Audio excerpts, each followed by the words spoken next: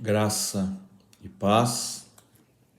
Espero que todos estejam bem, assim como vossas famílias. Quero meditar na carta aos Hebreus, capítulo 9, versículos 27 e 28. Diz assim a palavra de Deus: E como aos homens está ordenado morrerem uma só vez, vindo depois disto o juízo. Assim também Cristo, oferecendo-se uma vez para tirar os pecados de muitos, aparecerá segunda vez sem pecado aos que o esperam para a salvação. Então, a Bíblia é clara que nós homens morreremos uma só vez.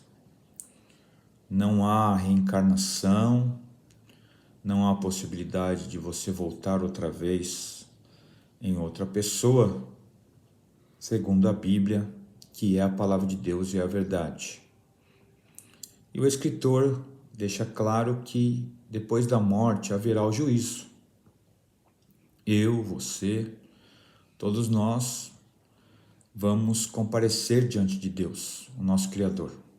Deus nos deu a vida, Deus nos deu a vida para o louvor da sua glória, Deus nos deu a vida para que vivamos decentemente, agradecendo a Ele e vivendo diante dele. Precisamos pensar o que fazemos em vida, porque depois que morrermos, não haverá mais jeito. Muitos não gostam de falar da morte. Não é realmente um assunto agradável, mas a única certeza que o homem tem quando nasce é que ele vai morrer, a não ser que Cristo volte, como diz aqui o versículo 28, que ele aparecerá a segunda vez para arrebatar a sua igreja, para buscar os salvos. Quem são os salvos? Os salvos são aqueles que entregaram a sua vida a Cristo. São aqueles que o reconheceram como seu único e suficiente Salvador. São aqueles que não são melhores que ninguém, mas são aqueles que creram em Deus, creram no Filho unigênito de Deus, creram que são pecadores, que precisam de Deus, que precisam de salvação, que precisam que realmente Deus tenha misericórdia. É isso que Deus tem de nós. Mas todos nós nos apresentaremos a Deus e daremos conta daquilo que fizemos durante a nossa vida.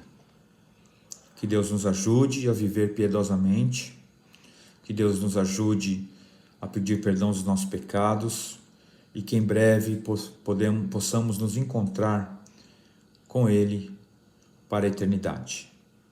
Que Deus nos abençoe, que o Espírito Santo convença as vidas do pecado, da justiça, do juízo e que você faça um plano para estar a cada dia diante de Deus.